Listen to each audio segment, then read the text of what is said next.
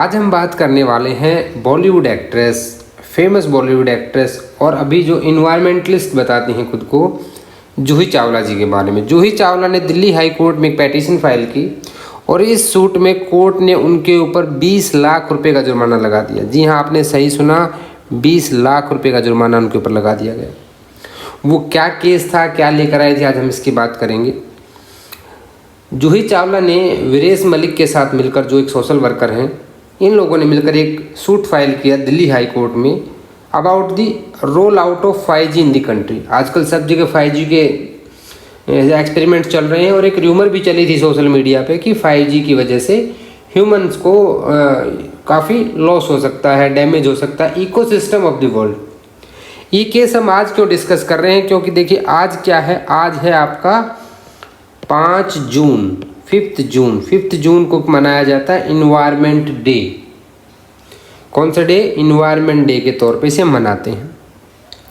तो आज ये इन्वायरमेंट से रिलेटेड केस है, तो इसके लिए आज का दिन बहुत सही है डिस्कस करने के लिए। ये फैसला भी कोर्ट ने कल फ्राइडे को ही दिया है।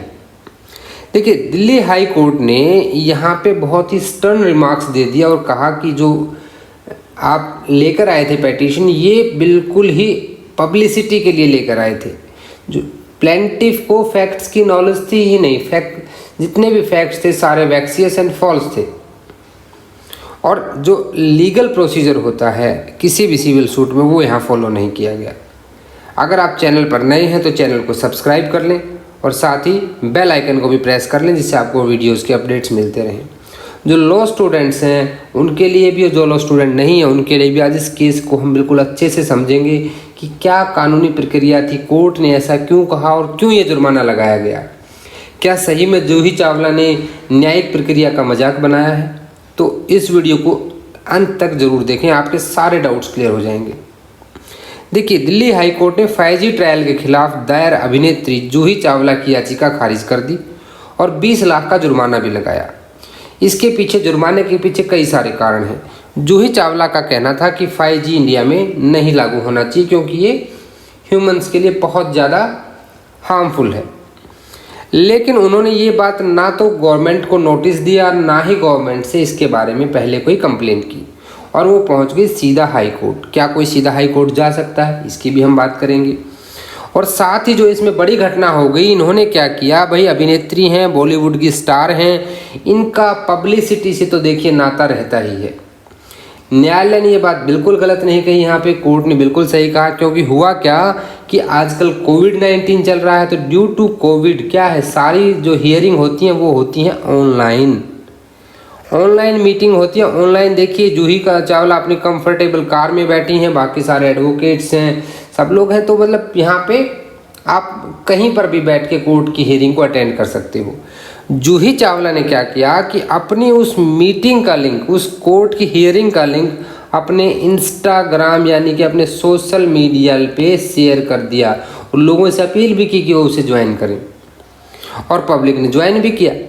लेकिन हुआ क्या कि ड्यूरिंग प्रोसीडिंग 3 बार, टोटल 3 टाइम्स कोर्ट को डिस्टर्ब किया गया। कैसे डिस्टर्ब किया गया कि इनके कुछ फैन थे जिन्होंने वहाँ पे कुछ पुराने बॉलीवुड सॉन्ग गा दिए, राजा की आएगी बारात, लाल लाल होठों पर। 3 बार ऐसी घटना घटित हुई। इससे जो वहाँ पे जस्टिस साहब बैठे थे उनको, भाई ऑब्वियसली आप कोर्ट की प्रोसीडिंग चल रही है, देखिए न्यायालय कोई मजाक नहीं होता है, न्यायालय न्याय का मंदिर है और वहाँ पे आप इस तरह की हरकतें नहीं कर सकते। तो जस्टिस साहब ने सबसे पहले तो जो गाना गाने वाले हैं उनके खिलाफ दिल्ली पुलिस को आदेश जारी कर दिया है कि दिल्ली का पुलिस का IT डिपार्टमेंट उनको ट्रेस करे और कंटेम्प्ट ऑफ कोर्ट का उनके ऊपर मुकदमा चलाया जाए। ये तो हो गया एक पहलू। अब दूसरे पहलू पर आते हैं कि जूही चावला के जो एडवोकेट थे, उन्होंने जो यहाँ पे दलीलें दी, वो कोई भी दलील ऐसी नहीं थी जिससे कि कोर्ट मान सके। अब क्या दलीलें थी, क्या इस कोर्ट केस में था, वो सारे फैक्ट अभी हम देखते हैं। देखिए, केस का नाम है Juhi Chawla and others versus science and engineering research board and others. यहाँ पे अदर्स में वीरेश मलिक एक सोशल वर्कर हैं और एक मिस टीना है, वो भी यहाँ पे शामिल थी। इन लोगों ने ये जूही चावला के साथ पार्टी थे एज ए प्लेंटिफ, क्योंकि सिविल केस में जो मुकदमा लेकर आता है उसे हम क्या कहते हैं, प्लेंटिफ कहते हैं, ठीक है। और ये किया किसके खिलाफ गया था, उनको क्या कहते हैं, डिफेंडेंट कहते हैं।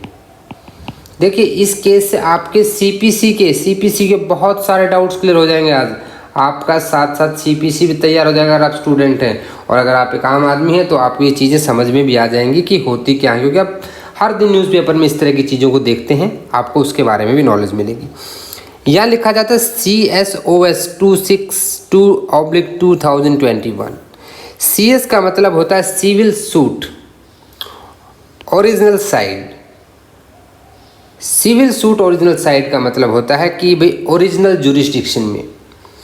ओरिजिनल जुरिस्डिक्शन इंडिया में टोटल 5 कोर्ट होती हैं। देखिए वैसे ओरिजिनल जुरिस्डिक्शन सुप्रीम कोर्ट के पास होता है, लेकिन Delhi high court, Bombay, Madras, total 5 court के पास भी यहाँ पे आपको देखिए सबसे पहले, क्योंकि सिविल सूट ओरिजिनल साइड इसका मतलब होता है पढ़ना पड़ेगा। आइए क्या होता है, सिविल कोड में 2 सेक्शन पढ़ते हैं। ये 140 के दौरान दी गई, देखिए हमने पहले भी बात कर चुके हैं, इनहेरेंट पावर याचिकाएं क्या क्या दी गई थी, ये उन याचिकाओं के नंबर होते हैं, यानी कि पहला ये नंबर है पावर जो होती है 2021 से 153B तक जाती है। सूट है, सूट का नंबर 262 है। इनहेरेंट एप्लीकेशंस के नंबर ये 2021 में, इससे पहले इतनी एप्लीकेशन आ चुकी हैं। डिस्क्रिशनरी पावर आप कह सकते हैं, अपने डिस्क्रिप्शन से अपने विवेक से न्यायालय इन एप्लीकेशंस में क्या क्या बात की गई, ये कहती है कि मान लीजिए कोर्ट ने आपको रखे गए एप्लीकेशंस के कहा, कोर्ट ने आपको from this side of 1 week के अंदर ये डॉक्यूमेंट जमा कराओ। दीपक भाई और कोर्ट जो अपने थे लॉ में है वो टाइम भी दे रखा है, 1 वीक सिक के अंदर आपको जमा कराना ही कराना है। फ्रॉम द प्लेंटिफ साइड, यानी जूही चावला के वकील का नाम था मिस्टर दीपक को बढ़ा सकता है। हालांकि कानूनी प्रावधान दिया गया है, legal provision is available, CGST mister कानून अग्रवाल एंड मिस्टर ध्रुव पांडे ये सब एडवोकेट थे section 148 in civil case for defendant number 2। तो इस टाइम को बढ़ा सकता है, ये 148 कहता है। ये हम क्यों पढ़ रहे हैं, क्योंकि यहाँ पे जो प्लेंटिफ है उसने 149 की लिया। CGST ने कहा कि जो कोर्ट फीस है, कोर्ट फीस में पूरी नहीं दे पाया हूं, तो कोर्ट फी के लिए मुझे टाइम दे दिया जाए। किसके लिए थे, Indian council of medical research defendant number 7 हैं। एक D7D जो हम बात करें डिफेंडेंट नंबर, जैसे जूही चावला यहाँ पे क्या है, दूसरी चीजें क्या होती हैं, प्लेंटिफ नंबर 1 जुरिस्डिक्शन होता है। विरेश मलिक क्या है, जो विरेश मलिक है यहाँ पे CPC सिविल प्रोसीजर कोड की धारा 6 में दिया गया है, और पेक्यूनियरी जुरिस्डिक्शन होता है किसी भी प्लेंट की एक वैल्यू लगाई जाती है। तो उस वैल्यू के अर्जुन मित्रा जो हाई कोर्ट के रूल होते हैं उसके हिसाब से institute of innovation and technology Delhi की तरफ से मिस्टर कपिल सिब्बल, भाई ये तो बड़े फेमस हैं, कांग्रेस के बहुत सीनियर नेता भी हैं, सीनियर एडवोकेट हैं, ठीक है, इनको तो कौन नहीं जानता। And mister Manjul Vajpayee and mister शाश्वत वाजपेयी, ये जो थे ये डिफेंडेंट नंबर 25, 26, 27 और 29 के लिए cellular operator association of India, यानी कि साइंस एंड इंजीनियरिंग बोर्ड के साथ साथ में ये लोग भी यहाँ पे पार्टी थे, ये सब डिफेंडेंट्स थे। तो इस पूरे केस का जो फैसला दिया वो दिया गया माननीय जस्टिस JR मिड्डा के द्वारा। दिल्ली हाई कोर्ट के सीटिंग जज हैं और काफ़ी एक्सपीरियंस जज माने जाते हैं। इन्होंने बहुत ही क्लियरली यहाँ पे कहा कि कोर्ट के टाइम को इस तरह की वैक्सियस और फॉल्स पेटिशन से वेस्ट नहीं किया जाना चाहिए। जस्ट पब्लिसिटी के लिए प्लेंटिफ ने ऐसा किया है।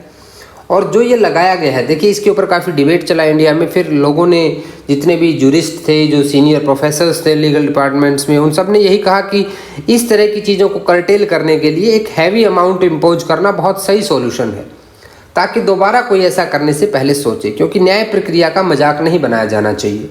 न्याय प्रक्रिया देश में न्याय दिलाने के लिए होती है, ना कि इस तरह के अपनी पब्लिसिटी के लिए बिना बात उसको यूज़ करने के लिए। इससे पहले ही बहुत सारे इंपॉर्टेंट केस पेंडिंग पड़े हैं। अगर न्यायालय इन तरह की चीज़ों में अपना समय व्यर्थ करेगा तो फिर उनका क्या होगा। तो ये तो आपने केस की मोटी मोटी हेडिंग समझी। अब समझते हैं केस में लीगल क्रंच क्या था। ये आपका जजमेंट है in the high court of Delhi at new Delhi, यानी कि दिल्ली हाई कोर्ट में, और डिसीजन की डेट है 4 जून 2021। इसका हम बात कर चुके हैं। CSOS क्या क्या है, आइए इंटरम एप्लीकेशंस हैं। प्लेंटिफ कौन कौन थे यहाँ पे, जूही चावला और अदर्स थे। प्लेंटिफ 1 तो यहाँ पे जूही चावला मेहता एंड मिस्टर विरेश मलिक, ये यहाँ पे प्लेंटिफ थे। डिफेंडेंट किसको बनाया गया था ये भी हम बात कर चुके हैं। अब हम सीधा केस की फाइंडिंग्स पे आ जाते हैं। जो पहली इंटरम एप्लीकेशन लगी थी वो सेक्शन 149 ऑफ CRPC में लगी थी। अब सेक्शन 149 ऑफ CRPC क्या होता है इसकी भी हम बात करेंगे। तो सेक्शन 149 देखते हैं हम क्या होता है। देखिए 149 होता है ये कोर्ट की एक पावर है जहाँ पे कोर्ट किसी पार्टी को अलाउ कर सकता है कि जो कोर्ट फीस की डेफिशिएंसी है, यानी कि अगर किसी पार्टी ने कोर्ट फीस कम जमा कराई है जो प्लेंट पे उसको जमा करानी चाहिए थी, तो उसके लिए कोर्ट क्या है, even after the expiry of limitation, जो आपकी लिमिटेशन पीरियड है उसके एक्सपायर होने के बाद भी उस सूट या उस अपील में वो फीस जमा कराई जा सकती है। यानी कि सिर्फ फीस जमा ना होने की वजह से आपका केस डिसमिस नहीं किया जाएगा। और ये पावर कोर्ट को कहाँ से मिलती है? ये पावर मिलती है सेक्शन 148 ऑफ CRPC, जो इनहेरेंट पावर की बात करता है। ये क्या कह रहा है? Enlargement of time. मान लीजिए किसी लॉ ने आपको 1 वीक का टाइम दिया है कोई काम करने के लिए, कोई डॉक्यूमेंट जमा कराना है, कुछ फीस या कॉस्ट जमा करानी है, और आप दिए गए निर्धारित समय में वो काम नहीं करते हैं, तो न्यायालय अपनी शक्तियों का इस्तेमाल करके, अपने डिस्क्रिशन की शक्ति का इस्तेमाल करते हुए इस समय सीमा को बढ़ा सकता है जितना वो चाहे। तो ये 148 में है। तो जो पहली एप्लीकेशन थी उसमें दोनों सेक्शन आ जाते हैं। तो आपने जान लिया कि 149 होता क्या है। अब 149 में हुआ क्या था इस केस में, मैं सिर्फ जिस्ट बता देता हूँ आपको। तो प्लेंटिफ ने यहाँ पे फीस की बात क्यों की गई है? क्योंकि यहाँ पे प्लेंटिफ ने अपने प्लेंट की वैल्यू बताई थी। कितनी बताई थी? प्लेंट की जो वैल्यू बताई गई थी वो बताई गई थी 2 करोड़। कितना? 2 करोड़ रुपीज़। तो 2 करोड़ का जो फीस बनता है वो अराउंड 2 लाख रुपीज़ बनता है। लेकिन इन्होंने जो कोर्ट फीस दी वो सिर्फ 1950 रुपये दी थी।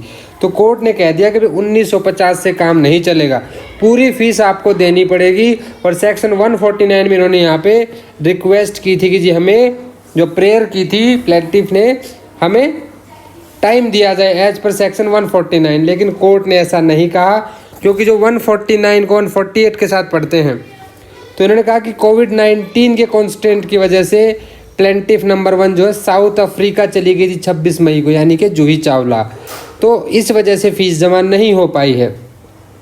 लेकिन कोर्ट ने कह दिया कि ऐसा नहीं चलेगा, आपको भी 2 लाख रुपए, जो लेस देन 2 लाख तो हो ही नहीं सकती, क्योंकि आपने खुद से इसको 2 करोड़ बताया, तो वो फीस आपको जमा करानी पड़ेगी। हालांकि कोर्ट ने इनके बेनिफिट में यहाँ पे जो फाइंडिंग दी थी कि 2 करोड़ के लिए जो फीस होनी चाहिए दैट शुड बी 1,97,554। तो जो इन्होंने जमा कराई उसको काट के भैया इतनी फीस और बचती है तुम्हारी। हालांकि 149 में ये रिलीफ इनको दे दिया कोर्ट ने, और लास्टली कोर्ट ने इनको बोल दिया कि भाई in the interest of justice आप जो है ये फीस जो है 1 वीक में जमा करा दो। तो पहली एप्लीकेशन इंटरिम किसकी थी? रिगार्डिंग द कोर्ट फी। दूसरी एप्लीकेशन पे आते हैं, सेक्शन 80 ऑफ CPC। अभी सेक्शन 80 का क्या है? सबसे पहले धारा 80 को समझते हैं कि धारा 80 क्या कहती है। देखिए, सिविल प्रोसीजर कोड में जब किसी पब्लिक सर्वेंट, किसी गवर्नमेंट के खिलाफ अगर मुकदमा किया जाता है तो 79 में, सेक्शन 79 धारा 79 में इसका प्रावधान दिया गया है। और सेक्शन 80 इसके बारे में क्या बताता है कि एक नोटिस देना पड़ेगा केस करने पहले से कम 60 दिन पहले। नोटिस देने के बाद 2 महीने तक आपको वेट करना होगा, फॉर 2 मंथ्स। लेकिन इसी सेक्शन का सब सेक्शन 2, 80 का ही सब सेक्शन 2 क्या कहता है कि कोर्ट बिना नोटिस के भी आपके मुकदमे को दायर करा सकता है। कोर्ट की परमिशन से आप बिना नोटिस दिए भी जा सकते हो। अगर भाई वहाँ पे जस्टिस की ऐसी हार हो रही है कि 60 दिन वेट करेंगे तो न्याय नहीं मिल पाएगा, न्याय की हार हो जाएगी। ऐसा ही कुछ यहाँ पे जो खोसला साहब थे, एडवोकेट खोसला जी, उन्होंने जूही चावला की तरफ से यही प्ली दे दी। अब उसको समझते हैं। जूही चावला के एडवोकेट ने प्लेंटिफ साइड से ये प्रे किया कि जो most respectfully and humbly prayed that the honourable court में प्लीज टू क्या क्या कर दे, अपनी पावर जो है सेक्शन 80 सब सेक्शन 2, इस पावर का इस्तेमाल करते हुए भाई नोटिस वाली बात को इग्नोर कर दे, उसे फॉर्मेलिटी मान ले, और बिना नोटिस के ही इस केस को स्टेट एंटिटीज के खिलाफ जो केस था उसको चलाया जाए। ये यहाँ पे इन्होंने कहा कि कोर्ट उसको एम्पावर है इस बात के लिए कि वो वेव कर सकता है, to waive the requirement of prior notice on state defendants and और प्रायर 60 डेज वेट। भाई या तो ये 2 तरह की पावर होती है, एक तो नोटिस देना ही ना पड़े, एक दे तो दिया पर 60 दिन वेट ना करना पड़े। लेकिन कोर्ट ने यहाँ क्या कहा कोर्ट ने कह दिया कि भी ऐसा नहीं है, 81 के इससे जो आपका नोटिस दिया जाता है इसकी बहुत ज़्यादा ये फॉर्मेलिटी नहीं है, ये इसलिए दिया जाता है ताकि government out of court settlement कर सके। एक अपॉर्चुनिटी दी जाती है गवर्नमेंट को कि वो मैटर को रिकन्सिडर करे और कोर्ट के बाहर ही उसमें अमेंडमेंट करके उसको सेटल डाउन कर ले। इसके लिए कई सारे केस लॉ भी डिस्कस किए कोर्ट ने, यहाँ पे कई रूलिंग पेश की कि जिनमें ये बताया गया है कि नोटिस देना ही देना होता है। तो ये आपकी सेकंड एप्लीकेशन थी। कोर्ट ने कह दिया कि नहीं, इस बात को हम वेव ऑफ नहीं कर सकते, आपको देना ही देना पड़ेगा। अब आते हैं अपनी इंटरिम एप्लीकेशन 3 पे। इंटरिम एप्लीकेशन 3 यहाँ कहती है कि plaintiff are seeking leave to institute this suit on various grounds. दूसरे ग्राउंड उन्होंने क्या पकड़े यहाँ पे कि पब्लिक हेल्थ। भाई पब्लिक हेल्थ से रिलेटेड जब कोई सिविल मुकदमा करना होता है तो उसके लिए सेक्शन 91 आता है, जिसे सीपीसी के अंदर फ्रेंडली सूट भी कहा जाता है। क्या कहा जाता है? Friendly suit. सेक्शन 91 जो public nuisance and other wrongful acts affecting the public. और यहाँ पे उन्होंने यही कहा कि जो 5G रोल आउट कर रहे हो आप, ये 5G नेटवर्क ह्यूमन लाइफ के लिए, ह्यूमैनिटी के लिए बहुत बड़ा खतरा है, पब्लिक के लिए डेंजर है।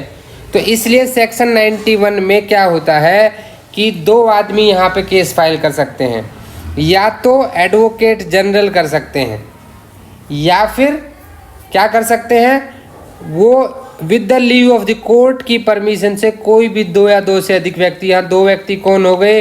एक आपकी जूही चावला मेहता हो गई और दूसरा आपका वीरेश मलिक हो गई। इन दोनों ने कहा कि हमें परमिशन दे दी जाए under section 91 sub section B कि हम ऐसा केस फाइल कर सकें, क्योंकि ये पब्लिक के लिए बहुत बड़ा डेंजर है। फिर कोर्ट ने यहाँ पे क्या कहा? यहाँ कोर्ट ने कह दिया कि there is no such similar stipulation with respect to public interest litigation perfect under constitution of India.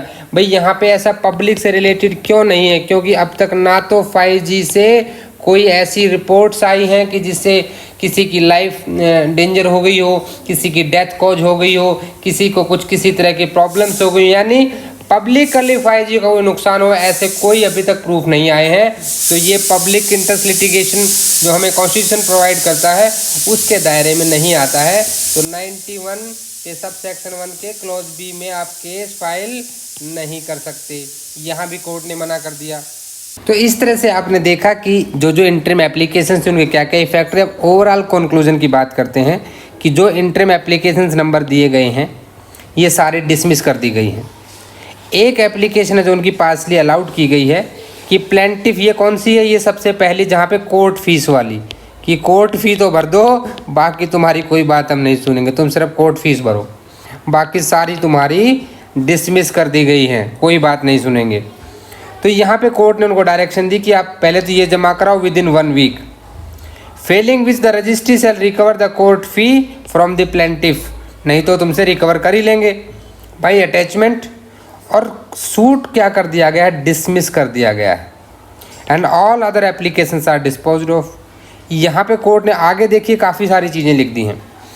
जो इम्पोर्टेंट फैक्टर्स आता है किसी भी लीगल स्टूडेंट के लिए वो यहाँ से शुरू होता है कि plaintiff have abused and misuse the process of law. Juhi Chawla के लिए कहा गया कि उन्होंने भाई प्रोसेस ऑफ लॉ को एब्यूज़ किया है, मिसयूज़ किया है, जिसने जुडिशियल टाइम को वेस्ट किया, और जुडिशियल टाइम से वैल्यूएबल इंडिया में कुछ नहीं है।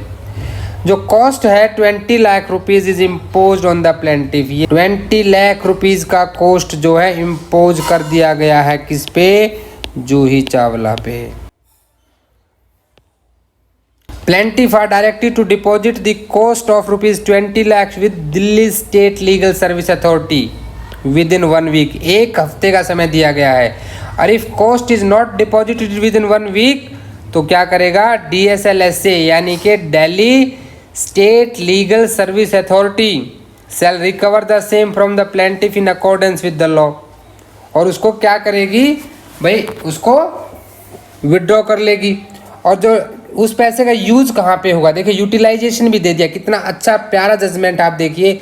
यहीं पे कह दिया कि जो Delhi state legal service authority है वो उस पैसे को यूटिलाइज करेगी कहाँ पे? Cause of the victims of road accidents. तो रोड एक्सीडेंट्स के विक्टिम है बेचारे, उनके लिए उसको यूज़ किया जाना चाहिए। If any proceeding are instituted by plaintiff without the deposit of deficient court fee and the cost of 20 lakh, the registry shall place the copy of this judgment before concerned court in those proceeding. अगर वो court में ये दोनों काम करने से पहले fees भी नहीं देगी, देखिए टोटल 22 लाख का लग गया है, 20 लाख यहाँ और 2 लाख फीस भी देनी है, टोटल 22 लाख। ये मैडम को लग रहा था कि सिर्फ छूट जाएंगी 20 में, नहीं 22 लाख चला गया है। तो it appears that plaintiff have file the suit to gain publicity, ये बहुत इंपॉर्टेंट स्टेटमेंट आ जाती है। देखिए बिल्कुल ऑथेंटिकेट स्टेटमेंट है, मैं बिल्कुल आपको जजमेंट से पढ़कर बता रहा हूँ। क्यों है? क्योंकि प्लेंटिफ नंबर 1 जो है, प्लेंटिफ नंबर 1 कौन थी? जूही चावला।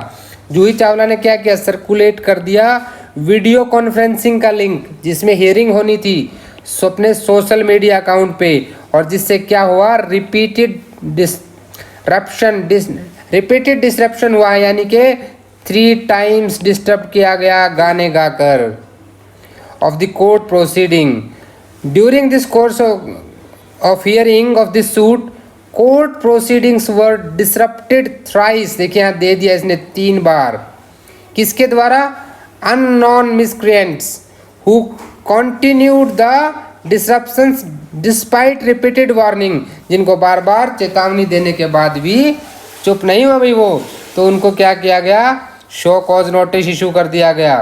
और किसके थ्रू आया? दिल्ली पुलिस को बोल दिया गया कि उनको आइडेंटिफाई करो और उनके खिलाफ नोटिस दो, कंटेम्प्ट ऑफ कोर्ट चलाया जाएगा उनके ऊपर, जो लोग कोर्ट को डिस्टर्ब किए हैं।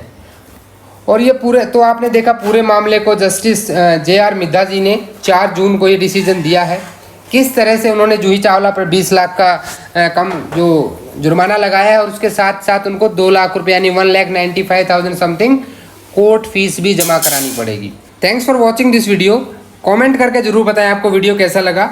मैं इसको लेमन लैंग्वेज और लीगल लैंग्वेज दोनों में क्लियर करने की कोशिश किया हूँ। अगर आपको अच्छा लगा है तो लाइक कर दें, चैनल को सब्सक्राइब कर लें।